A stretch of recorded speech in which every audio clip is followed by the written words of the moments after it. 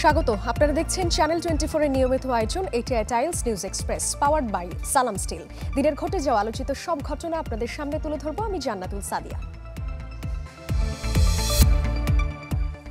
চিন্ময় কৃষ্ণ দাসের কাজ ও বক্তব্য একান্তই তার নিজের, এর দায় নেবে না ইসকন।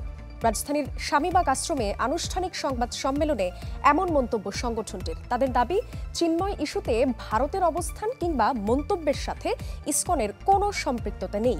জানানো হয়, শৃঙ্খলা ভঙ্গের অভিযোগে অনেক আগেই চিন্ময়কে বহিষ্কার করা হয়েছে। গেল সোমবার অভ্যন্তরীণ ফ্লাইটে চট্টগ্রাম যাওয়ার সময় রাষ্ট্রদ্রোহ মামলায় ঢাকা বিমানবন্দর থেকে গ্রেপ্তার করা হয় ইসকনের বহিষ্কৃত নেতা চিন্ময় কৃষ্ণ দাসকে। গ্রেপ্তারের পর আন্দোলন বিক্ষোভ হয় দেশের বিভিন্ন জায়গায়। মঙ্গলবার চট্টগ্রাম আদালত প্রাঙ্গণে নির্মম হত্যাকাণ্ডের শিকার হন আইনজীবী সাইফুল ইসলাম আলিফ।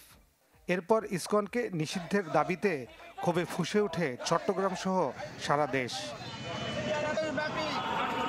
যদিও ভারতীয় গণমাধ্যম ও বেশ কিছু হিন্দু সংগঠন চিন্ময় কৃষ্ণ দাসের গ্রেপ্তার ইস্যুতে বাংলাদেশকে জড়িয়ে নানা বিরূপ প্রতিক্রিয়া দেখিয়ে আসছে। এমন অবস্থায় নিজেদের অবস্থান পরিষ্কার করতে রাজধানীর স্বামীবাগ আশ্রমে সংবাদ সম্মেলন করে ইসকন।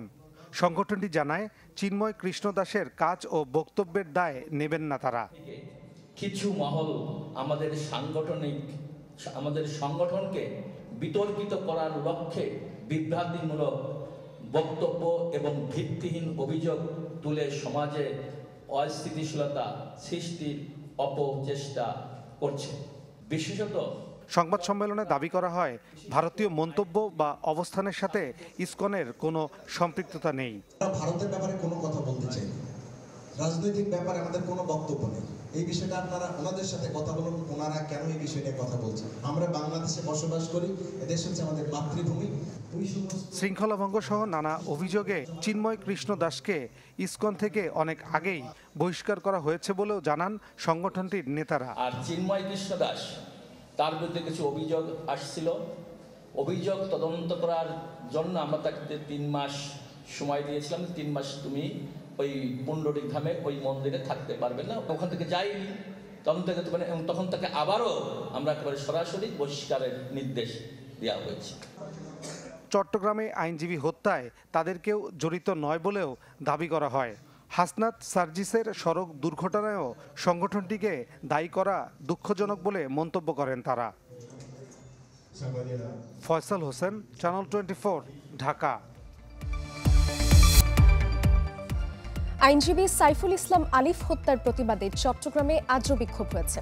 দ্বিতীয় দিনের মতো কর্মবিরতি পালন করেন আইনজীবীরা। এতে অচল ছিল আদালতের কার্যক্রম। খুনের ঘটনায় সরাসরি জড়িত থাকার অভিযোগে এ পর্যন্ত 8 জনকে গ্রেপ্তার করেছে পুলিশ। এর মধ্যে ছবি দেখে চিন্ময়ের 2 জন অনুসারীকে শনাক্ত করা হয়েছে।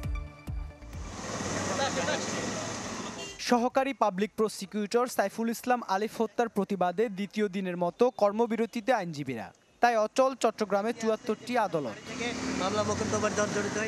নৃশংস এই হত্যার ঘটনায় ক্ষুব্ধ তার সহকর্মীরা বৃহস্পতিবারও বিক্ষোভ করেন আদালত চত্বরে। মানববন্ধন করেন বিভিন্ন বেসরকারি বিশ্ববিদ্যালয়ের আইন বিভাগের সাবেক শিক্ষার্থীরা। এই সময় তারা ক্ষোভ জানান আলিফ হত্যার ঘটনায়। সাধারণ আইনজীবীদের গাড়ি, আমাদের সাধারণ আইনজীবীদের সম্পদ যা আছে তারা ভাঙচুর করে, এবং সবচেয়ে সেন্সিটিভ জায়গা হচ্ছে যে আমাদের সাধারণ আইনজীবীদের আমাদের মসজিদ তারা ভেঙে দিয়ে গেছে।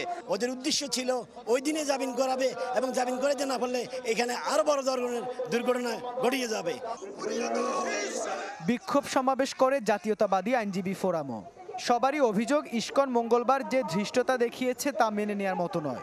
সংগঠনটিকে নিষিদ্ধ এবং আলিফ খুনে জড়িতদের দ্রুত গ্রেপ্তারের দাবি তোলেন তারা। প্রশ্ন তোলেন আইনশৃঙ্খলা বাহিনীর ভূমিকা নিয়েও। চিফ জুডিশিয়াল ম্যাজিস্ট্রেট আদালতের নিচে 20 হতে 30 জন ইসকনের সদস্য দাকিরিস নিয়ে মিছিল করতেছে, আর আমাদের প্রশাসনের বাইরে তাদেরকে পাহারা দিয়েছে। সরকার ছিল সেই শেখ হাসিনার ইন্ধনে আজকে বাংলাদেশকে গল্প করার ষড়যন্ত্র করছে। এই চিন্ময় দাসের হাতে হ্যান্ডমাইক কিভাবে গেল আমাকে জবাব দিতে হবে, না হলে পুলিশ কমিশনার চট্টগ্রাম থাকতে পারবেন না। মঙ্গলবারের ঘটনায় এখন পর্যন্ত 3টি মামলায় 35 জনকে গ্রেপ্তার করেছে যৌথ বাহিনী। এর মধ্যে আলিফ হত্যায় সরাসরি জড়িত অভিযোগে গ্রেপ্তার হয়েছে 8 জন। ঘটনার কিছু ছবি আর ভিডিও দেখে এরই মধ্যে 2 জনকে নিশ্চিতভাবে শনাক্ত করার কথা বলছে সিএমপি।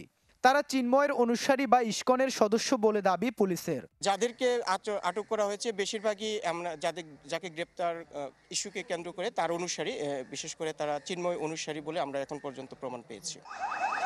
26 নভেম্বর সনাতনী জাগরণ জোটের মুখপাত্র চিন্ময় দাসের অনুসারীদের সাথে সংঘর্ষ হয় আইনশৃঙ্খলা বাহিনীর। এই সময় নৃশংসভাবে পিটিয়ে ও কুপিয়ে হত্যা করা হয় তরুণ আইনজীবী সাইফুল ইসলাম আলিফকে। ইবেন মির, চ্যানেল 24, চট্টগ্রাম। ইসকন ইস্যুতে সর্বোচ্চ গুরুত্ব দিয়ে কাজ করছে সরকার, হাইকোর্টকে এমনটাই জানিয়েছে রাষ্ট্রপক্ষ। সকালে deputy attorney general Mohammad Asaduddin হাইকোর্টকে বলেন, চট্টগ্রামের ঘটনায় এখন পর্যন্ত 3টি মামলা হয়েছে। এই ঘটনায় গ্রেপ্তার হয়েছেন 33 জন। এ সময় হাইকোর্ট বলেন, তারা এমন তড়িৎ পদক্ষেপে সন্তুষ্ট, তবে এই তৎপরতা জারি রাখতে হবে। কোনোভাবেই যাতে সাধারণ মানুষের জানমালের ক্ষতি না হয় সে ব্যাপারে সর্বোচ্চ সতর্ক থাকার নির্দেশ দেন উচ্চ আদালত। এর আগে গতকাল ইসকন নিষিদ্ধ চেয়ে হাইকোর্টে মৌখিক আবেদন করেন একজন আইনজীবী। পরে ইসকন সম্পর্কে পূর্ণাঙ্গ রিপোর্ট দাখিল করতে বলেন হাইকোর্ট। দেখছেন ATI tiles news express, powered by Salam steel. নিচে একটা বিরতি, সঙ্গেই থাকুন।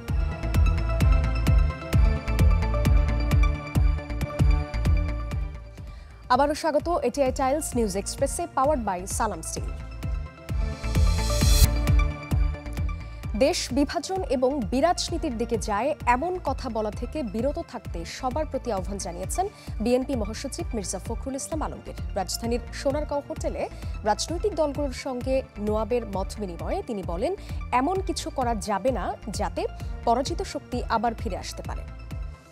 এই দুটি আক্রমণ, বিভিন্ন গণমাধ্যমে হামলা এবং সমসাময়িক বিষয়ে রাজনৈতিক দলগুলোর সঙ্গে এই মতবিনিময় সভা রাজধানীর হোটেল সোনারগাঁয়ে এর আয়োজন করে সংবাদপত্র মালিকদের সংগঠন নোয়াব বিতরণের বাধা সৃষ্টির যে ঘটনা দেশে, যেখানে বিভিন্ন রাজনৈতিক দল, সুশীল সমাজ ও গণমাধ্যমের সম্পাদকরা অংশ নেন। শুরুতে লিখিত বক্তব্য পাঠ করেন নোয়াব প্রেসিডেন্ট একে আজাদ। এ সময় সংবাদ মাধ্যমের স্বাধীনতা নিশ্চিত করতে রাজনৈতিক দলগুলোর সহযোগিতা প্রত্যাশা করেন নোয়াব নেতারা। সংবাদ মাধ্যমের স্বাধীনতার উপর হুমকি সৃষ্টিকারী তৎপরতার বিরুদ্ধে কঠোর ব্যবস্থা নেওয়া জরুরি। যে কোনো মূল্যে সংবাদ মাধ্যম প্রতিষ্ঠান ও এর কর্মীদের নিরাপত্তা নিশ্চিত করতে হবে। সংবাদ মাধ্যমের স্বাধীনতা নিশ্চিত করার ক্ষেত্রে দেশের সব রাজনৈতিক দলগুলোর সাহায্য ও সহযোগিতা প্রত্যাশা করছি। রাজনীতি করবেন দেশে, তারা উপলব্ধি করবেন যে আপনাদের সহায়ক শক্তি হচ্ছে স্বাধীন সাংবাদিকতা, মত প্রকাশের একটা নিরবিচ্ছিন্ন একটা পরিবেশ। তো সেই বলতে হবে যে আকাঙ্ক্ষা থেকে, সেই ভেতরের সেই অনুভূতি থেকে আপনাদেরকে আমন্ত্রণ করা, আপনাদেরকে বলা যে স্বাধীন সাংবাদিকতা এখন একটা হুমকির মুখে এবং আপনাদের সাহায্য আমাদের খুব দরকার। ক্রাইসিস যে আছে এটা অস্বীকার করার কিছু না। বিগত সময়ের কর্মকাণ্ডের জন্য বিভিন্ন গণমাধ্যমের সমালোচনা করেন রাজনৈতিক দলগুলোর নেতারা। এখন সংবাদ মাধ্যমের মালিক থেকে আরম্ভ করে উইথ ডিউ রেসপেক্ট আমি সবাইকে বলছি, প্রথমেই একটা অ্যাটিটিউড আমরা লক্ষ্য করতে পেরেছিলাম যখন এই সরকার এসেছিল, যে এই সরকার থাকা দরকার, আওয়ামী লীগের অপোজিটে বিএনপিও একই সরকার, কয়েনের এপার ওপার, এই কথাগুলি আমাদেরকে অনেক ব্যথিত করেছিল। গণমাধ্যমের স্বাধীনতার প্রশ্নে কিংবা তার কাজ করার যে স্বাধীনতা, সেই প্রশ্নে কোনো আপোষ নয় এবং এটা আমরা সমর্থন করব, আমরা তার পক্ষে দাঁড়াবো। আমি প্রথমে জনগণ বিভাজিত হয় এমন কথা না বলতে সবার প্রতি আহ্বান জানান বিএনপি মহাসচিব। বলেন, যে কোনো হটকারিতার দিকে যাওয়া জাতির জন্য ক্ষতিকর। আজকে কিছু মানুষ তারা জাতিকে বিভ্রান্ত করার চেষ্টা করছেন। আপনার কিছু কথা বলা হচ্ছে, যে কথাগুলো আমার কাছে মনে হয় যে পুরোপুরি নৈরাজ্যের দিকে নিয়ে যাচ্ছে, এনার্কির দিকে নিয়ে যাচ্ছে। এটা আমাদের সকলের ঐক্যবদ্ধ হয়ে আমরা এটাকে বন্ধ করা দরকার। না হলে যে লক্ষ্য নিয়ে এই যে আমাদের ছেলেরা প্রাণ দিয়েছে, আমাদের মানুষের প্রাণ দিয়েছে, এটা সবটাই ব্যর্থ হয়ে যাবে। মির্জা ফখরুল বলেন, অতীতের মতো যে কোনো মূল্যে গণমাধ্যম ও জনগণের স্বাধীনতা নিশ্চিতে সচেষ্ট থাকবে বিএনপি। চর্চা হোক, যেটা হয়নি। শাহনেওয়াজ বাবলু, চ্যানেল 24, ঢাকা। দেশের স্বার্থ বিরোধিতার সাথে জড়িতদের আইনের আওতায় আনার তাগিদ দিয়েছেন জামায়াত আমির ডক্টর শফিকুর রহমান। প্রধান উপদেষ্টার সাথে সাক্ষাৎ শেষে তিনি বলেন, দ্রুত সংস্কার শেষ করে নির্বাচন দেওয়া উচিত। দল মত ধর্ম ভিন্নতা থাকবে, এটা খুব স্বাভাবিক, কিন্তু জাতীয় স্বার্থের জায়গাগুলোতে আমরা যেন সবাই একমত থাকতে পারি, ঐক্যবদ্ধ থাকতে পারি। আপনাদের মাধ্যমে আমরা সেই আহ্বান জানাই এবং আমরা সেখানে ওইটা তুলে ধরেছি। দেখছেন ATI tiles news express, powered by Salam steel. নিচ্ছি আরও একটা বিরতি, সঙ্গেই থাকুন।